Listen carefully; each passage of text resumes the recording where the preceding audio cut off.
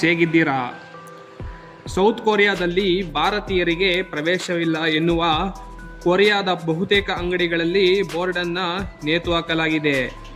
ಹಿಂದೂ ಮತ್ತು ಮುಸ್ಲಿಮರಿಗೆ ಪ್ರವೇಶವಿಲ್ಲ ಅನ್ನುವ ಬೋರ್ಡ್ ಕೊರಿಯಾದ ಡೇಗೋ ನಗರದಲ್ಲಿ ತೀರಾ ಸಾಮಾನ್ಯವಾಗಿ ಬಿಟ್ಟಿದೆ. ಬೇಸರದ ಸಂಗತಿ ಏನಂದರೆ, ನಮ್ಮ ದೇಶದಲ್ಲಿರುವ ಒಂದು ರೆಸ್ಟೋರೆಂಟ್ನಲ್ಲಿ ಭಾರತೀಯರಿಗೆ ಪ್ರವೇಶವಿಲ್ಲ. ನಮ್ಮ ನೆಲದಲ್ಲಿ ಬೇರೆ ದೇಶದವರಿಂದ ನಮಗೆ ಅವಮಾನವಾಗುತ್ತಿದೆ.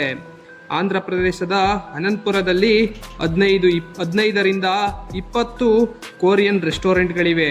ಈ ರೆಸ್ಟೋರೆಂಟ್ಗಳಿಗೆ ಭಾರತೀಯರಿಗೆ ಪ್ರವೇಶವಿಲ್ಲ. ಇಲ್ಲಿ ಕೆಲಸ ಮಾಡಲು ಸಹ ಭಾರತೀಯರಿಗೆ ಅವಕಾಶವಿಲ್ಲ. ಇನ್ನು ಸೌತ್ ಕೊರಿಯಾದಲ್ಲಿ ಭಾರತೀಯರನ್ನ ಬ್ಯಾನ್ ಮಾಡಿದೆಯೇ? ಇದು ನಿಮಗೆ ಗೊತ್ತಾಗಬೇಕೆಂದರೆ ಈ ವಿಡಿಯೋವನ್ನು ಪೂರ್ತಿ ನೋಡಿ. ಎಲ್ಲ ಒಂದು ಘಟನೆ ನೆನಪಿರಬಹುದು. ಒಬ್ಬ ಸೌತ್ ಕೊರಿಯನ್ ಗರ್ಲ್ ಇಂಡಿಯಾಗೆ ಬಂದಾಗ ಒಬ್ಬ ಪುಂಡ ಹುಡುಗ ಆಕೆಯೊಂದಿಗೆ ಕೆಟ್ಟದಾಗಿ ನಡೆದುಕೊಂಡಿದ್ದ. ಆಗ ಅಲ್ಲೇ ಇದ್ದ ಹುಡುಗ ಅವನನ್ನು ತರಾಟೆಗೆ ತೆಗೆದುಕೊಂಡು ಆಕೆಯನ್ನ ರಕ್ಷಿಸಿದ. ಈ ವಿಡಿಯೋ ಸಾಕಷ್ಟು ವೈರಲ್ ಆಗಿತ್ತು.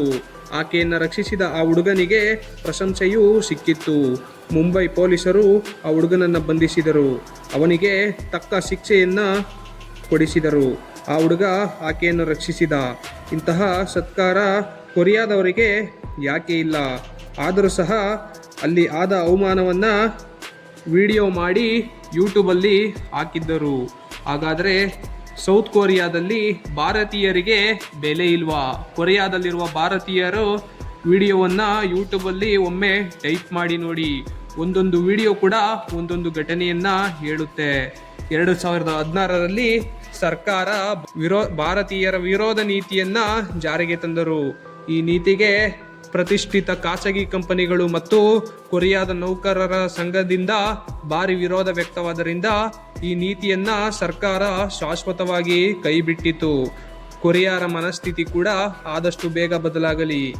ಈ ವಿಡಿಯೋ ಬಗ್ಗೆ ನಿಮಗೆ ಏನನ್ಸುತ್ತೆ ಕಮೆಂಟ್ ಮಾಡಿ. ಅಲ್ಲಿವರೆಗೂ ಸಿಗೋಣ. ನಮಸ್ಕಾರ.